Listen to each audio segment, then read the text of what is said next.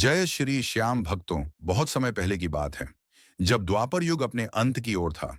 महाभारत का युद्ध समाप्त हो चुका था। धरती वीरों के रक्त एक से लाल थी और आकाश में भी शांति नहीं थी।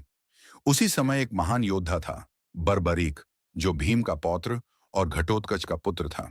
बर्बरीक जन्म से ही अद्भुत शक्तियों का स्वामी था। उसकी माता अहिल्यावती ने उसे बचपन से ही धर्म, सत्य और दया का पाठ पढ़ाया। बर्बरीक के पास तीन ऐसे बाण थे जिनकी शक्ति अकल्पनीय थी। पहला बाण युद्ध भूमि के सभी शत्रुओं को चिन्हित कर लेता, दूसरा बाण केवल शत्रुओं को नष्ट करता और तीसरा बाण पहले बाण को वापस ले आता। इन बाणों से कोई भी युद्ध पल भर में समाप्त हो सकता था।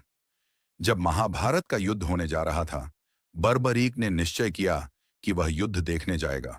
उसने मन ही मन सोचा, मैं युद्ध में उस पक्ष का साथ दूंगा जो हार रहा होगा, क्योंकि धर्म तो कमजोर की रक्षा में है। ये बात भगवान श्री कृष्ण तक पहुंच गई। श्री कृष्ण समझ गए कि यदि बर्बरीक युद्ध में उतरा तो युद्ध का संतुलन बिगड़ जाएगा और धर्म का निर्णय अधूरा रह जाएगा। श्री कृष्ण ब्राह्मण का वेश धारण कर बर्बरीक के पास पहुंचे। उन्होंने पूछा, वत्स, तुम किसके पक्ष में युद्ध करोगे? बर्बरीक ने सरलता से उत्तर दिया, जो हार रहा होगा मैं उसी का साथ दूंगा। श्री कृष्ण मुस्कुराए और बोले, यदि ऐसा हुआ तो युद्ध कभी समाप्त ही नहीं होगा। क्या तुम दान देना जानते हो?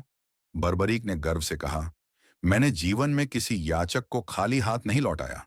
तब श्री कृष्ण ने दान में बर्बरीक का शीश, सिर मांग लिया।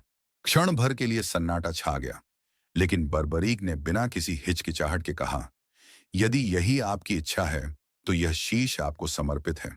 उसने अपने ही हाथों से अपना सिर काटकर श्री कृष्ण को अर्पित कर दिया।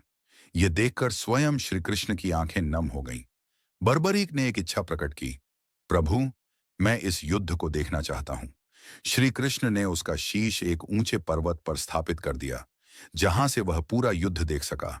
युद्ध समाप्त होने के बाद श्री कृष्ण ने पूछा, बताओ, युद्ध में सबसे बड़ा योद्धा कौन था? बर्बरीक के शीश ने उत्तर दिया, वास्तव में युद्ध लड़ने वाले तो आप थे प्रभु, बाकी सब तो केवल निमित्त थे। श्री कृष्ण अत्यंत प्रसन्न हुए। उन्होंने कहा,